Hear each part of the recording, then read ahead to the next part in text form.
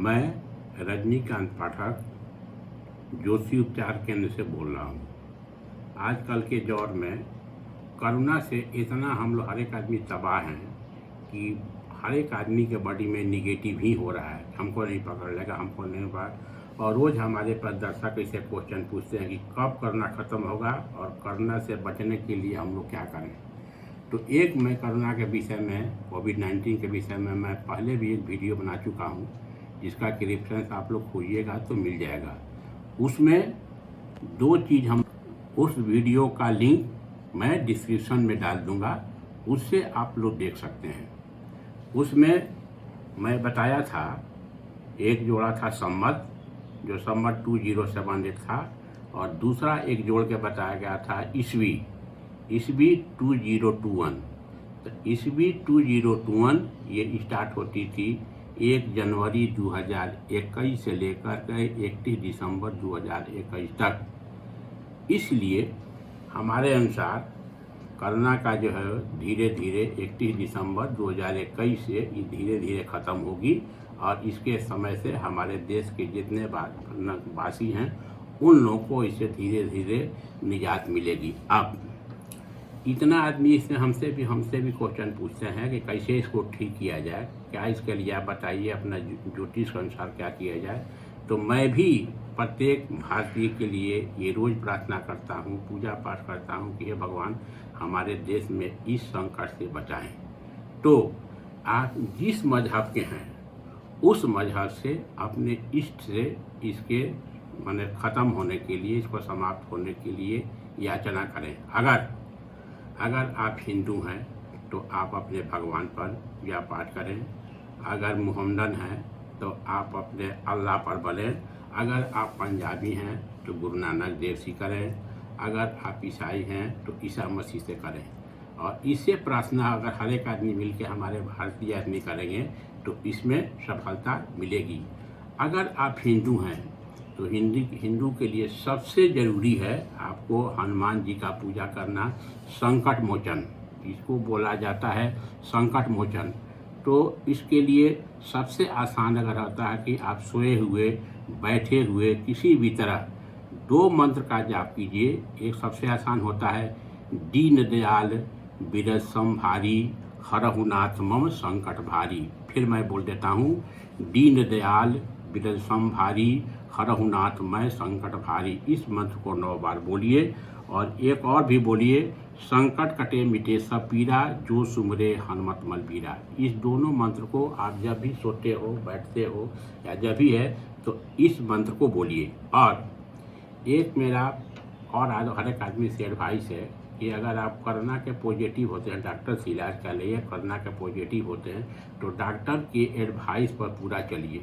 Doctor जो बोलते हैं उसको 100% फॉलो कीजिए।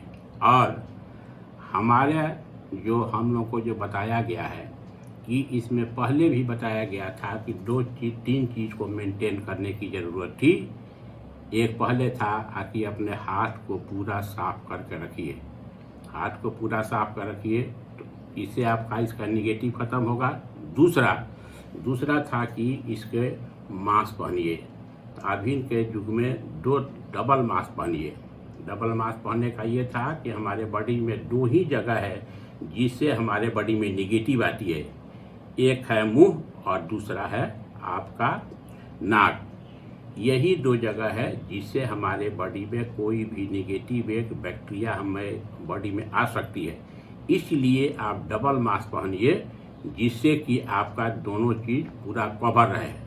और 2 गज की दूरी मेंटेन कर रखिए जिससे किसी भी आदमी का निगेटिव नहीं हो। और आप घर से बिल्कुल नहीं निकलिए। घर से तब निकलिए जब आपको कोई ज़रूरी काम हो, तब निकलिए। डबल मास्क लगा के निकलिए और भीड़ भड़का इलाका में मत जाइए। और किसी भी आदमी से 2 गज की दूरी बना करके ही रखिए। अब ज्योतिष के अनुसार क्या बोलता है? ज्योतिष के अनुसार ये कोरोना एक ऐसा बीमारी है जो बराबर अपना रूप बदलते रहता है। अभी कोरोना जो है सो ब्लैक फंगस के नाम से भी बहुत आदमी को परेशान कर रहा है। अपना रूप बदलते जा रहा है। अब ज्योतिष के अनुसार क्या होगा? ज्योतिष के अनुसार यह हमारे कोरोना या ब्लैक फंगस देने वाले 2 ग्रह हैं, एक शनि और एक मंगल। तो इसके लिए अगर शनि की उपासना की जाए, मंगल की उपासना की जाए तो इसमें सफलता होगी और रेट रिकवरी बहुत ज़्यादा होगी। ये पूजा का प्रार्थना का मतलब नहीं कितना देर, आप बैठ के भी कर सकते हैं, सो के भी कर सकते हैं, किसी भी तरह कीजिए। तो अगर आपको शनि के लिए है तो शनि के लिए कोई नेगेटिव प्रोसेस है, ओम सन शनिचराय नमः। अगर आपके पास टाइम है तो ओम सन शनिचराय नमः 108 बार बोलिए या 54 बार बोलिए या 9 बार बोलिए। और भी इसके लिए अगर आता है, अगर शनिवार के दिन है, सरसों के तेल में पकौड़ी बना करके अगर गरीब को दिया जाए तो इससे भी शनि प्रसन्न होते हैं। और मंगल के लिए सबसे ज़्यादा बढ़िया है हनुमान चालीसा का पाठ किया जाए, बजरंग बाण का पाठ किया जाए, सुंदरकांड रामायण का पाठ किया जाए या ओम हनुमते नमः बोला जाए। अगर आपको ज़्यादा प्रॉब्लम है तो ये मैं टेस्टेड एक चीज़ बता रहा हूँ, जिसको बहुत आदमी को मैंने कराया है और बहुत आदमी को इसमें सफलता मिलती है और बहुत इजी प्रोसीड्योर है। उसके लिए कोई ज़्यादा लेंथी नहीं है। आप लाल धागा लीजिए और लाल धागा में फूल वाला लवंग, उस तरह का लवंग जिसमें फूल हो, उसको लाल धागा में बांधिए, ओम हनुमते नमः बोलते हुए या हनुमान जी का नाम लेते हुए लाल धागा में 9 को बांध दीजिए और हनुमान जी के पैर पर अपने घर में ही चढ़ाइए और बोलिए, हे हनुमान जी हमारे घर में सुख शांति प्रदान करें, सबको रोग से मुक्ति कराएं। तो हनुमान जी को चढ़ाने से इसमें आपको फायदा होगा और जब आप ठीक हो जाइएगा तो सभी को ले जा करके आप बहते पानी में प्रवाहित कर दीजिए। मैं प्रत्येक आदमी से ये आग्रह करता हूँ कि वैक्सीन का सुई जरूर लीजिए। ये वैक्सीन का सुई अगर टीका दोनों ले लेते हैं तो इसमें पूर्ण तरह से आप पॉजिटिव हो जाइएगा, कहीं आपके बॉडी में निगेटिव नहीं रहेगी। कोरोना से या कोविड से 100% आप सेफ्टी में रहिएगा, क्योंकि ये दोनों वैक्सीन जो है सो जैसे बुलेट प्रूफ जैकेट है वैसे जैकेट है, ये कवच है। जैसे कि पूरा शरीर से लेकर पैर तक अगर आप कवच पहन लेते हैं, बुलेट प्रूफ जैकेट पहन लेते हैं तो इससे कोई भी कोरोना या फंगस कोई भी इसमें आपके बॉडी में प्रवेश नहीं करेगा। इसीलिए मैं प्रत्येक भारतीय से अपना अपील करता हूँ, निवेदन करता हूँ कि आप बिना किसी के बताए, बिना किसी के बहकावे में आते हुए इस दोनों सुई को जरूर लें। हम भी ओल्ड एज में होने के बाद ही हम और हमारे पत्नी दोनों आदमी हम लोग दोनों वैक्सीन को लिए हैं।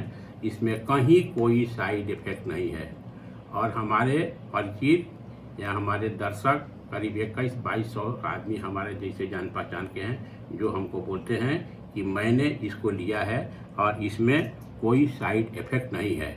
इसीलिए इसको जरूर आप वैक्सीन को लीजिए और सरकार जो भी आपको नियम बताती है उस नियम को पूरा फॉलो कीजिए। अब मैं आपको ये एक साधारण उपाय बता रहा हूँ जिससे करने से आपको ठीक हो और कहीं भी इसमें निगेटिव नहीं। इसको कीजिएगा तो आपको और ज़्यादा फायदा होगा। एक, अगर आप नीम का पत्ता है उसमें अगर आपको सेंधा नमक है और कपूर ये जला करके अपने घर में दिखाते हैं, घर के बाहर आते हैं तो इससे भी बैक्टीरिया का रिमूवल होगा। दूसरा, नीम का टहनी ये भी आप अपने घर में लगाते हैं, इससे भी बैक्टीरिया की ख़त्म होगा।